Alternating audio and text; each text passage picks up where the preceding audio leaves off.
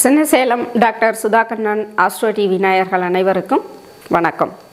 குரு பெயர்ச்சி பலன்கள் பற்றி இப்போ நம்ம பார்த்துட்ருக்குறோம். இப்போ இரண்டாவது ராசியான ரிஷப ராசிக்கு எப்படி இருக்குது அப்படின்றத பார்க்க போகிறோம்.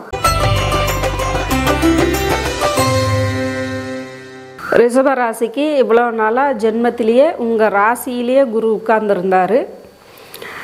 ஜென்மத்திலே குரு உட்கார்ந்துருக்கிறது அப்படின்றது கொஞ்சம் உடம்பு விஷயத்துலேயும் சரி, ஆரோக்கியத்துலேயும் சரி, கொஞ்சம் பிரச்சனைகள் இந்த மாதிரி தொந்தரவுகள் கொடுத்துட்ருக்கிற வாய்ப்பு இருந்திருக்கும். ஏன்னா பிக் பிளானட் பார்த்திங்கன்னா குரு பகவான் அவர் பெயர்ச்சி ஆகி உங்களுடைய தனஸ்தானத்துக்கு 2ஆம் இடத்துக்கு மிதுன வீட்டுக்கு போக போகிறாரு. பொதுவாக ரிஷபத்துக்கு பார்த்திங்கன்னா 8 குடையவராக வராரு குரு பகவான். அவர் தனஸ்தானத்தில் உட்கார்றாரு. தனஸ்தானத்தில் உட்கார்ந்துருக்கிறதும் ஒரு நல்ல விஷயந்தான். ஏன்னா உங்களுக்கு 11ஆம் அதிபதியாகவும் அவர் தான் வராரு. அதே மாதிரி உங்களுடைய 6வது ஸ்தானத்தையும் அவர் பார்க்குறாரு, 8வது ஸ்தானத்தையும் பார்க்குறாரு, 10வது ஸ்தானத்தையும் பார்க்குறாரு. இது பார்த்திங்கன்னா உடல் ரீதியான சில பிரச்சனைகள் அப்படின்றத கொடுத்தாலும் பொருளாதார விஷயத்தில் உங்களுக்கு ஓரளவுக்கு முன்னேற்றமாக கொண்டு போகக்கூடிய வாய்ப்பு நல்லா இருக்குது. ரிஷபராசி அன்பர்களுக்கு கடன் தொந்தரவு விஷயங்கள் நிறையா இருந்துச்சுன்னா அது அடைக்கக்கூடிய சூழல் அப்படின்றது இந்த வருஷம் நல்லா உங்களுக்கு டக்குன்னு கடன் அடைக்கக்கூடிய வாய்ப்பு வரும்.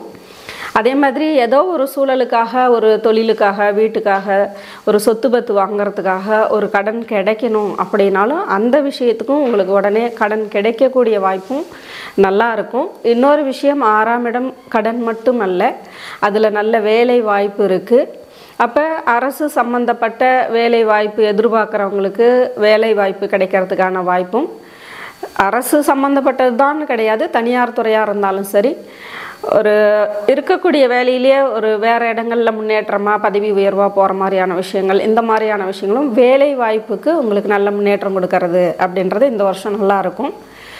8ஆம் இடத்தை பார்க்குறாரு. 8ஆம் இடம் எப்போவுமே கொஞ்சம் பயப்படுவோம், ஏன்னா ஆயுள் சம்மந்தப்பட்ட விஷயம் அப்படின்றது. ஆனால் அந்த இடத்தையே குரு பார்க்குறாரு இல்லையா, அதனால் உங்களுக்கு அது சார்ந்த விஷயங்களில் பயப்பட தேவையில்லை. உங்களுக்கு ஏதாவது நிலுவையில் இருக்கக்கூடிய பணம் கிடைக்காமே இருந்துகிட்டு இருந்துச்சுன்னா அது இப்போ கிடைக்கிறதுக்கு வாய்ப்பு வரும். ஏதாவது இன்சூரன்ஸு, ஒரு ப்ராவிடென்ட் ஃபண்டு, ஏதோ டிபாசிட் பண்ணோம், இந்த மாதிரியான விஷயங்கள்லாம் முதிர்ந்து போய் அது கிடைக்காம உங்களுக்கு அப்படியே இருந்துச்சுன்னா அந்த நிலுவையில் உள்ள பணங்களும் கிடைக்கிறதுக்கு வாய்ப்பு வரும். நீங்கள் கொடுத்த இடத்துல பணம் வாரா கடன்கள் இருந்திருக்கும் இல்லையா, அந்த மாதிரி உங்களுடைய பணம் யார்ட்டையாவது கொடுத்துருந்தாலும் அந்த பணமும் உங்களுக்கு திரும்ப கிடைக்கிறதுக்கான வாய்ப்பும் நல்லாயிருக்கும் அப்படின்ற மாதிரி இருக்குது. அதே மாதிரி திடீர் கெட்ட பேர், அவமானங்கள், பிரச்சனைகள், ஏதாவது தொந்தரவுகள், மன ரீதியான தொந்தரவுகள், இந்த மாதிரி பிரச்சனைகள் இருந்தாலும் அதுவும் கொஞ்சம் கொஞ்சமாக இந்த வருஷம் விலகிறதுக்கான வாய்ப்பு நல்லா இருக்குது.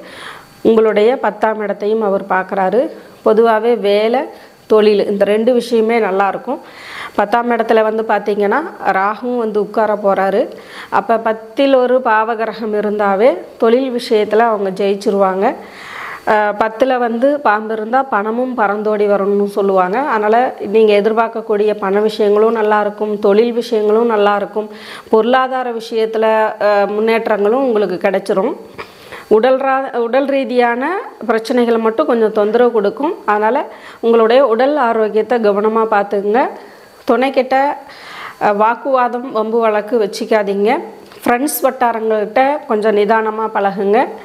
மற்றபடி தொழில் சார்ந்த விஷயங்களில் எதை வேணாலும் பண்ணிக்கிட்டே போங்க. இந்த குரு பெயர்ச்சி உங்களுக்கு நல்ல ஃபேவரபிளான இடத்துல தான் இருக்கார். இதை பயன்படுத்தி நீங்கள் முன்னேறிக்கிட்டே வாங்க. நன்றி, வணக்கம்.